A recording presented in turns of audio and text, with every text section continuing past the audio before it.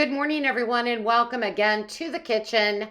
We are making homemade pumpkin puree. Come along as I show you how I did mine.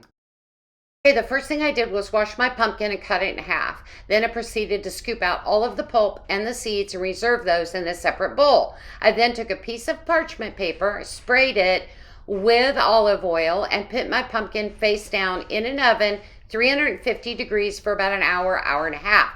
Now, you can do your pumpkin face up. I just chose to do mine face down, but you can put it face up and rub a little butter on it and do it that way instead. Now here you'll see that the pumpkins are nicely cooked, and you can put a fork in them and they're super tender, so these are done. Next thing I did was peel my pumpkin after it had cooled. Don't let it cool too long or you'll have a hard time getting the skin off. You can either peel it and chunk it up like I did here, or you can simply turn that baked pumpkin over and scoop it out with a spoon and put it directly into your food processor. Either way is fine. I just chose to chunk.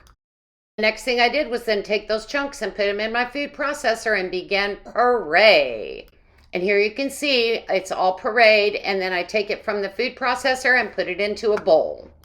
Okay, the next step, I have all my pumpkin pureed, and I've taken a bowl, put a strainer in a bowl and a cheesecloth in the strainer, and taken all my beautiful puree and put it in there to drain.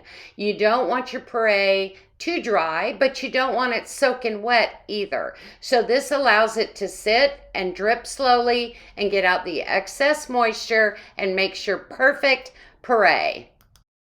The next thing I needed to do after it was drained was measure out exactly how much I wanted per pie, which I did about 15 ounces here. Next thing I did was take those 15 ounces and put them in a Ziploc baggie for the freezer. Next thing you want to do once you get it in there is label it and date it, and then lay it down flat, press out any air you can, and seal that bag. Okay, all my puree are in my bags, labeled and ready for the freezer, and I lay them flat and squish out the air so that I can stack them on top of each other, saving freezer space. Hey, I thought I'd pop in here real fast. What did you think of being able to puree your own pumpkin? Easy as pie, isn't it? Oh, easy as pie, pumpkin pie. Hey, what did we do with the pulp and all those seeds that we took out? Yeah, I'm getting ready to show you, so hang on. Take a look. This makes a great snack. Up, we're going to roast our pumpkin seeds. You're going to start by washing the seeds from the pulp. Once those are clean, you're going to put them in a pot with some salt, water, and you're going to boil those about 10 minutes. The salt helps to permeate the seeds inside the shell and helps them to cook more evenly. Once you've boiled those for 10 minutes, dry them flat with a paper towel and pat them dry, and let them air dry for about 1 hour. Okay, now that they're air dried, you are ready for your seasonings. You can pick anything you want.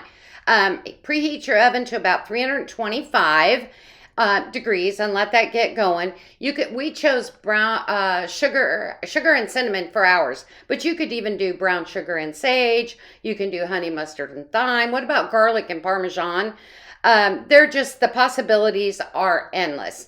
You choose what you want to roast. You're going to take those seeds, put them in a bowl, toss them around with some olive oil, then put your seasoning in, toss your seeds around, make sure you get all your seeds covered. Then lay them flat on a sheet and pop them in your oven for about 25 to 30 minutes until they're crispy and golden brown.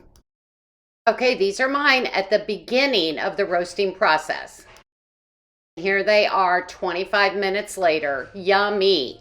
Okay, the next step is you're going to want to store these in an airtight container after they have completely cooled. Now remember, these roasted seeds are still going to put off some heat while you have them set out. So the key is to make sure they're thoroughly cooled before you put them in your container. Okay, here you go. That one pumpkin yielded enough puree for 4 pies and a pint and a little bit of these seeds for a great snack. Hey, thanks for coming by the kitchen today. I hope you enjoyed this step-by-step of how to puree a pumpkin. Please try it, and if you do, try those seeds and let me know what you think.